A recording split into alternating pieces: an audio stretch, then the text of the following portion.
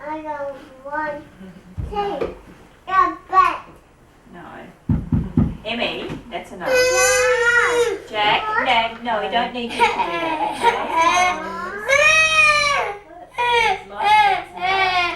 So, if any of these particular things happened, if it happened,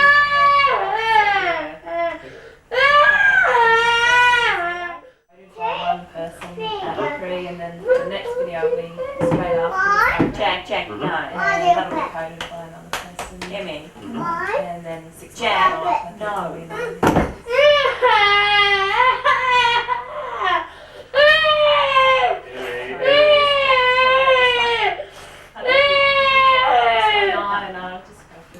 They're pretty straightforward.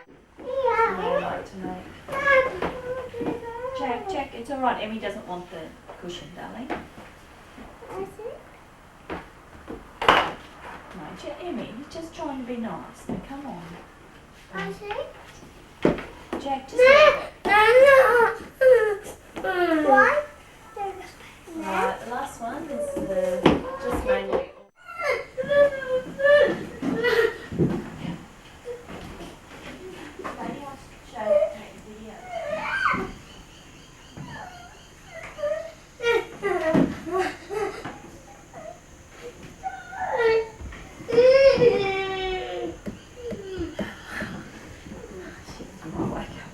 Al, I might need you to try and get Emily. Okay.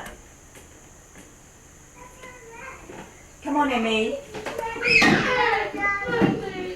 Come on, play games with Mummy and Daddy. Look, Emmy, look what Daddy's got. Look. Got the video. Come on, Have a look. here, sweetie. Come on. You probably have to get her, honey. I can't get her.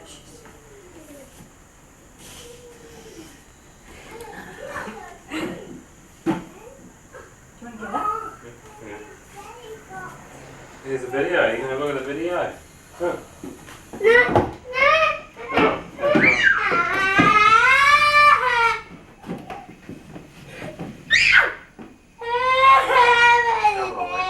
Here we go.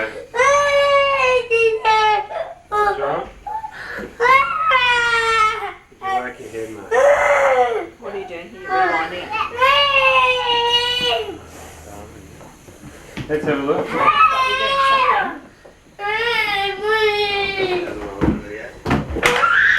Come on, darling.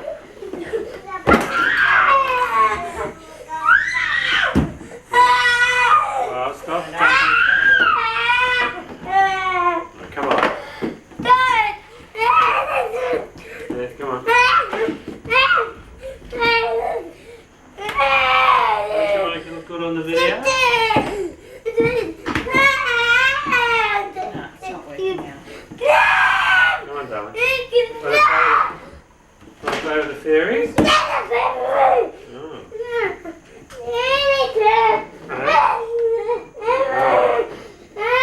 Come on.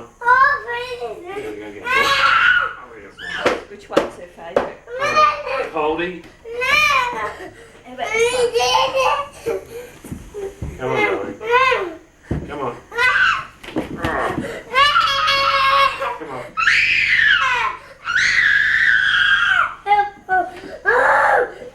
Take your shoes off.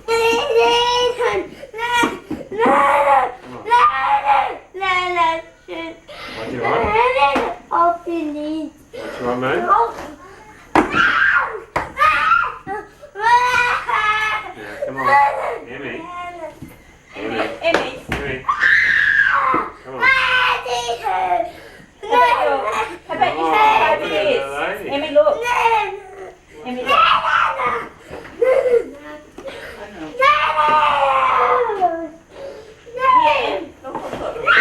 Look, look, look. Look.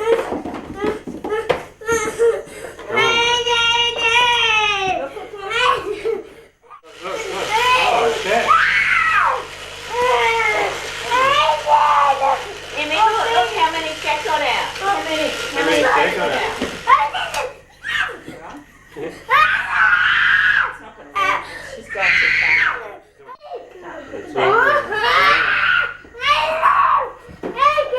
Alright, Emmy, climb climb up on the lounge. Climb up on the and lounge then- and lie down.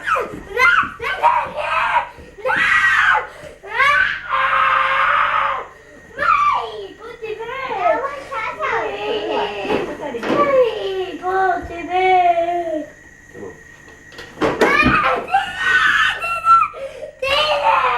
So we would see a good exhibition of her finest. Photo. Okay. You put the one away. She hasn't had one of those for a while. No. No, come here.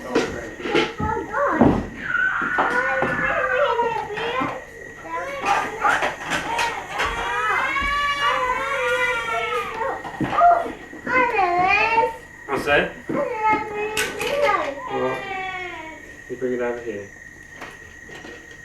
No, that's not the box. Yeah, okay, bring it here. Oh, no, maybe not. Maybe not.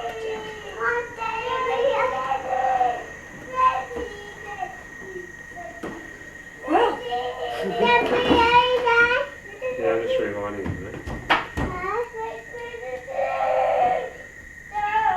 Emily, stop screaming and you can come out, okay? Where's it? Do you want to come out and play one of the games with us?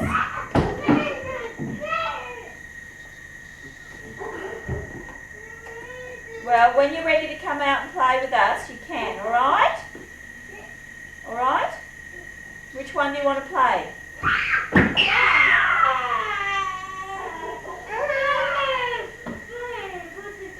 Do you want to play the fairy game? Shall we play the fairy game? Well, when you feel ready to play the fairy game, you tell Mummy and you can come out, okay? Is that right?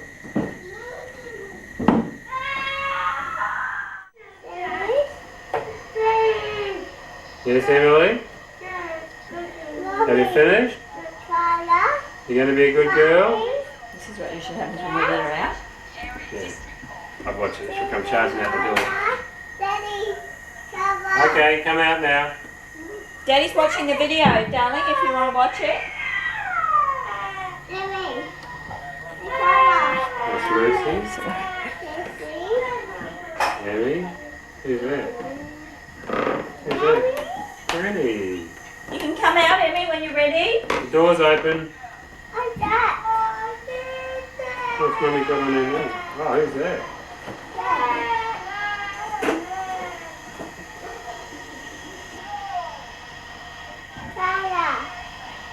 It's Lucy. Oh, you thought it was Nicola. She does look like Oh, Nicola. look at that.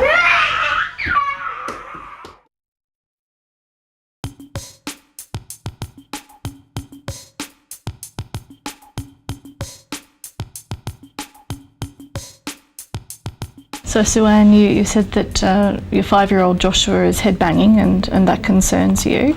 Just so that I get a clearer picture of what that looks like, can you take me through a recent example of when he started to bang his head? Well, he had a pretty big episode yesterday afternoon. Okay, all right. And what did that look like? Well, we'd just been having afternoon tea, Okay. and he started whining and pointing at the biscuit tin, wanting more biscuits, and I told him he'd had enough. Okay, all right. So he'd wanted more biscuits after he'd had afternoon tea, that's right.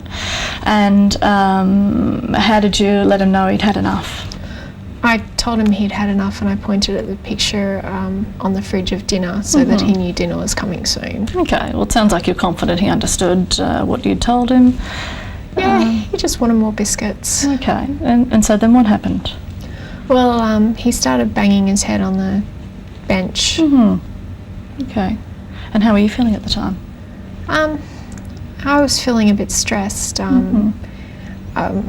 Declan, my little baby, had just just woken up in his cot and was crying, so he wanted my attention. And Declan's banging his head, and so I can see you might be feeling a bit pulled between looking after Declan and attending to Joshua at the same time. I was a little worried that he'd hurt himself as well, so... Yeah, it must be quite distressing. So he's now started to bang his head, and how does that look specifically at that time? Where is he? To start with, he was at the bench and banging his head quite hard on the bench. But, I'm just trying to get a visual picture of how that looks. Is he standing by the bench or...? Yeah, he is. He's standing at the bench and just banging his head on the side of it. On the side of it, okay, all right. So at this point you're feeling quite distressed, understandably. And how did you react at that time? Well, I pulled him away from the bench because I was worried he was going to hurt himself on it. So pulled him away, and then he just kind of threw himself down on the floor and started throwing a full-on tantrum. Okay, so it really built up by that stage into a tantrum. And what did that tantrum look like? He was banging his head on the floor, he was kicking me, crying. Okay, so the head banging was still continuing at this point? Yes. Okay. So Sue-Ann, at the point where he's having that tantrum, he's on the floor, he's kicking, he's crying, is that right? And he's still banging his head. What are you doing at this time?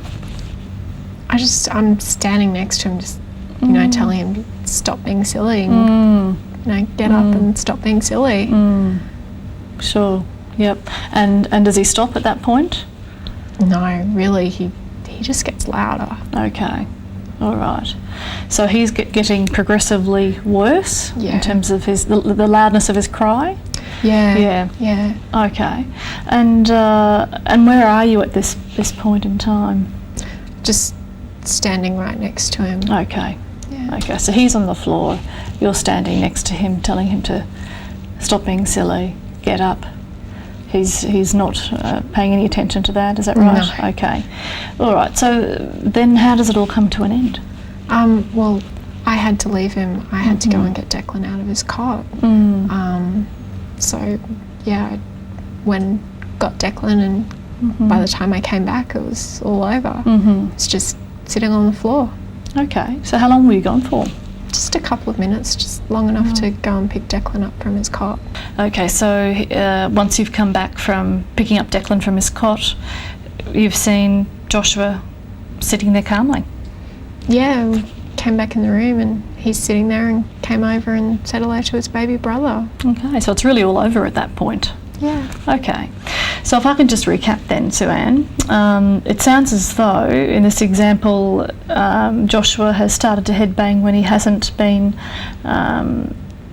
given what he wants, is that right? Yeah. Okay, and that's almost immediately after he's been told no? Yeah. Okay, and you tried to intervene by pulling him away from the bench, telling him to stop being silly, and repeating those instructions nearby.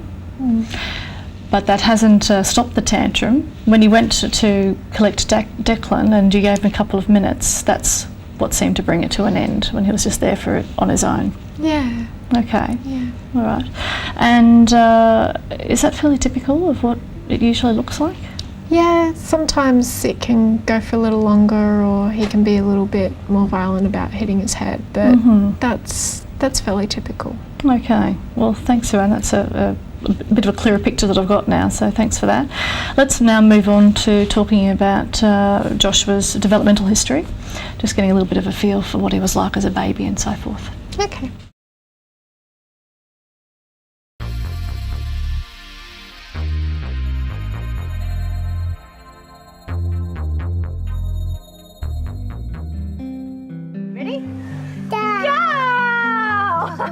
Good girl.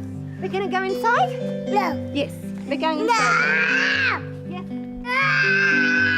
No. Mummy has carried it. In part 2, we look at some of the causes of child behaviour problems. These include our children's genetic makeup, the family environment, and influences from the wider community around them. We also look at monitoring, or how to keep track of behaviour. All children inherit a unique genetic makeup.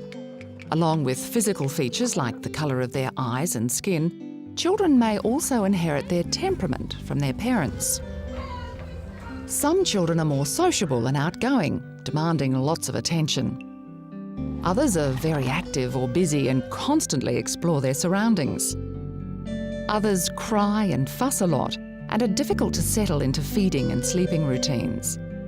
Within the first 2 years of life, differences in temperament can be related to whether or not they go on to develop behavioural problems. However, not all difficult babies develop behaviour problems as children, and some easy babies do. Some syndromes and disabilities can increase the chances that a child will develop specific behaviour problems. For example, rocking, toe walking and self-injurious behaviour are some of the behaviours that are more commonly found in children with certain syndromes. However, children's behaviour depends not only on their temperament and disability, but on how others react to their behaviour. As parents, we can't alter our children's genetic makeup. However, we do have some control over the family environment. There are important things that happen in homes that can influence whether or not children develop behaviour problems. No, we're not pulling these down the top because that's not how we play the game. In trying to understand children's behaviour, it's helpful to have some understanding about how they learn from their environment. This can be useful in preventing problem behaviour in the first place, and if problems do emerge, deciding how to deal with them. Pink dress. Many behaviour difficulties in children relate to the day-to-day, moment-to-moment interactions that take place between themselves, their parents and their siblings. There are several ways that children can learn misbehaviour. The first is accidental rewards. An accidental reward can occur when children get what they want by misbehaving. For example, buying a toy for a child who's nagging during a shopping trip. Or in this case, a child who continually interrupts gets a biscuit to stop the interrupting. No biscuit. No, yes, dinner's going to be ready soon. That's right, dinner. Dinner. So no biscuit. No yogurt. No, you wait for dinner. Eventually, the parent gives in, just to stop the interruptions. You can have a biscuit. Just leave me. Mummy's cooking dinner. I'm trying to get dinner ready. I'm running late. There you go. When demanding behaviour gets results, it's more likely to be repeated. Another accidental reward can be attention. Oh, isn't he cute? Come on down and sit with us, Jay. Come with us. If we laugh or smile at what they do, we may accidentally give our child a message that the behaviour is funny and it's okay, like giving a child a cuddle when they're meant to be staying in bed. If we lecture our child or try to reason with them when they don't understand, we may accidentally teach our child that their behaviour can get them lots of attention. Cousin George, you're on the bench again and you picked up the phone. What if somebody was trying to ring me? For goodness sake, I've told you hundreds and hundreds of times. And you broke the bowl this morning, cousin. And look, you've got your shoes on and I've just cleaned the bench. I'm going to have to clean it all over again. What we have to ask ourselves as parents is how much of an audience is our youngster getting for behaviour that we don't like happening. Declan, if you're going to make that racket, you can go outside. You can go outside for making that much noise. Off you go, outside please. Another accidental reward can occur when the problem behaviour leads to the child being given an opportunity to take part in an enjoyable activity. If the problem behaviour causes disliked activities to end, then this can also accidentally reward the problem behaviour. You're not walking properly, so we're going to have to go home. Repetitive behaviours such as rocking, hand flapping and passing objects over skin can continue because children find the sensations they create rewarding in themselves. These behaviours can also occur to block out confusing and distressing stimulation in their environment. Minor problem behaviours which are a normal part of a child's development, such as rocking back and forth and sucking fingers, can be more common in children with disabilities. They can also be more severe and last longer. A second cause of behaviour problems is what we call the escalation trap. This is a situation where a child is wanting something, and if they're being ignored, they learn to turn up the volume and become more insistent and demanding and louder. And it's too messy. All the bubbles. No bubbles. Mummy's too busy and it's too messy.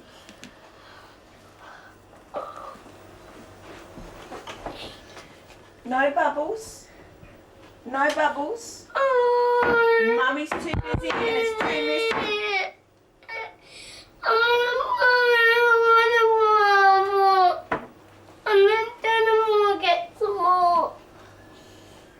And so right at the point where they're at their worst, really upset and angry, a parent perhaps says to them, have it, just take it, but stop.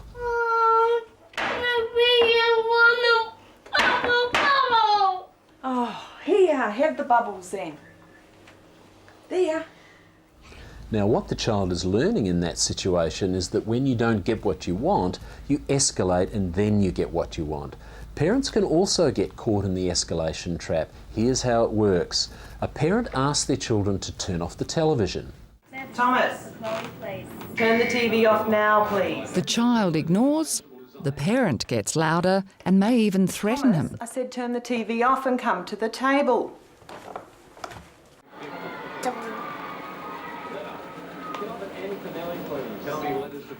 Thomas, turn the TV off now. And when the come parent to the is table. well and truly angry, the child gives in. What is the parent learning in that situation? Hey, the only way I can get my youngsters to cooperate is to yell and shout at them.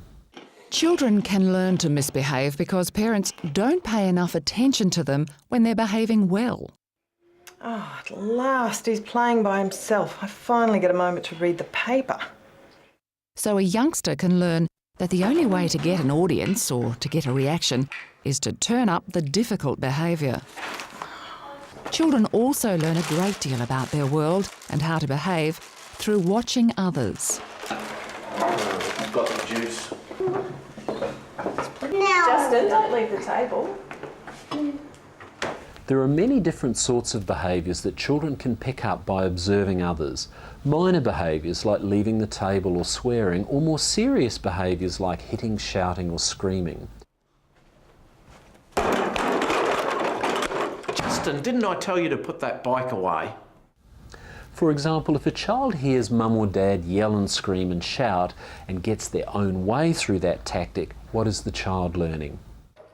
Jaden, didn't I tell you to put that fire engine away? All they're learning is how this works. This is a strategy that I can use to get my own way, and so what you often find in families where there's lots of yelling and screaming and shouting amongst adults, there is often similar behaviour in their children. The way we give instructions to children can also have an important role in influencing their behaviour. For example, sometimes we may simply give children too many instructions. Are you listening? I want you to pack up all this game, put all the sticks in the box, the tree in the box, every monkey. Take the box, put it into your closet, pick up your shoes, bring your shoes and one new toy to play with back here, okay? Every time an instruction is given, there is an opportunity for children to be disobedient. Also, if instructions are given so quickly that the child does not have a chance to follow them, problems can occur.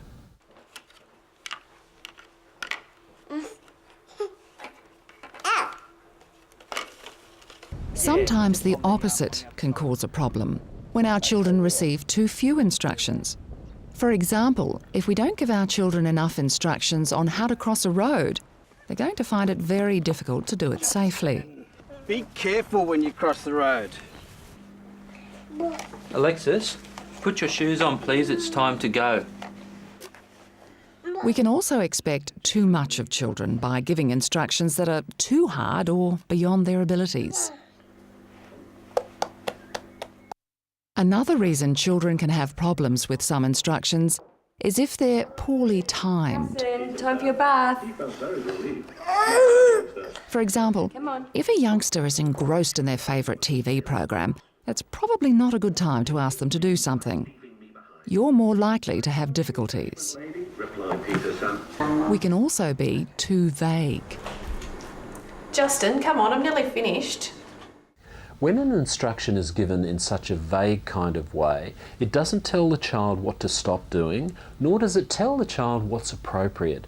There's a similar problem if we phrase an instruction as a question. For example, if you say, "Would you like to come and have a bath now, dear?" That's expressing an instruction as a question. You need to be prepared in that situation for the child to say, "No thanks, Mum."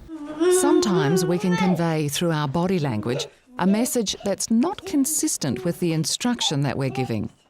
For example, if we're asking a child to do something and at the same time laughing and giggling at them being disobedient with the instruction, the child is getting a very mixed message. Jump on the bed. How many times? No jumping on the bed. Come on. Here we go.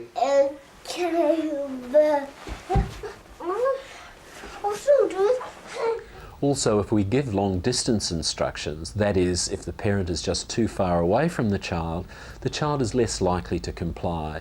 For example, if you ask a child to pack up or turn off the television, you will rarely get cooperation, even if the child can hear you clearly. Declan,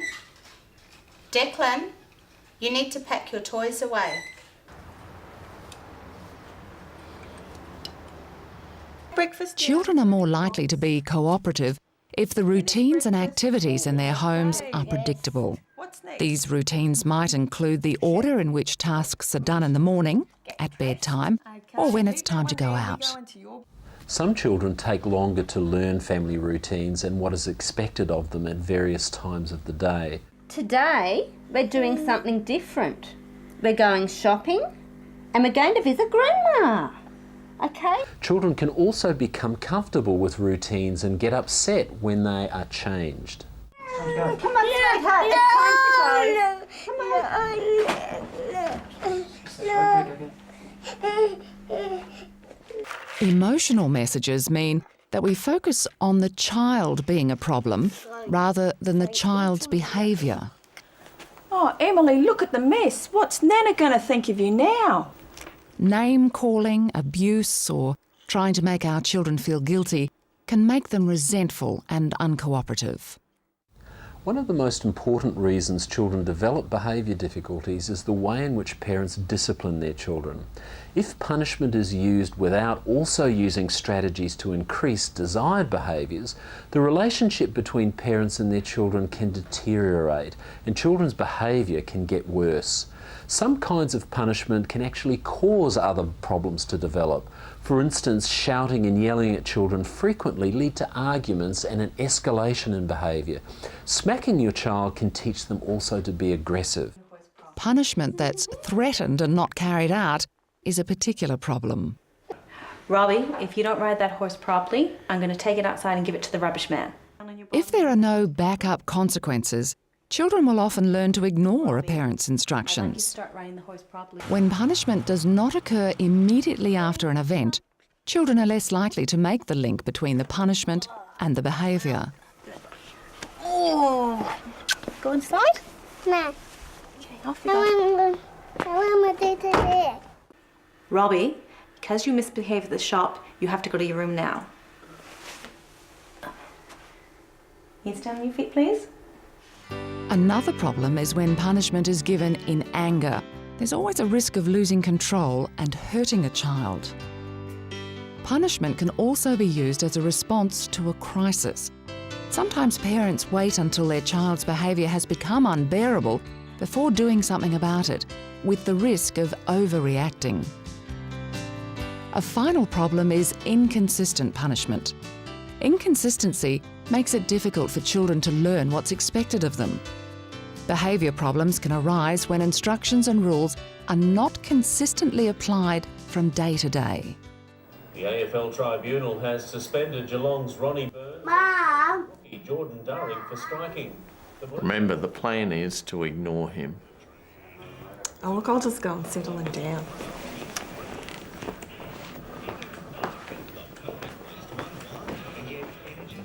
In two-parent families, problems can arise when parents contradict each other or don't back each other up in front of the children. I think it's also important to remember that our own beliefs, our attitudes and our expectations of children can influence our parenting. Look, I know she's 4, but intellectually she's only at a 2-year-old level, so she's gone through a terrible twos.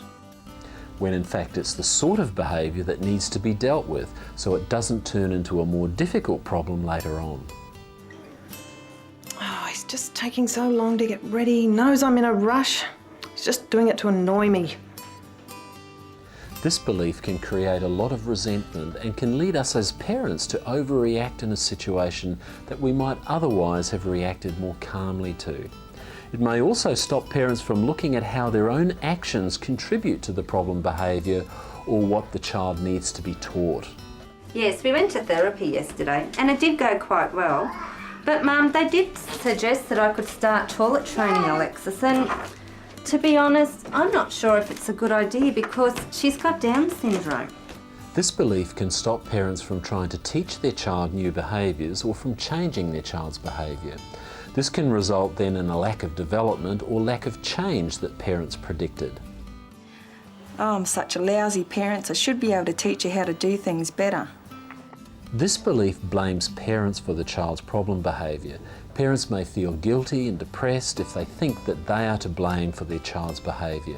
This makes it even harder to be patient, calm and consistent. Have you noticed that Jay's only started swearing since he started school?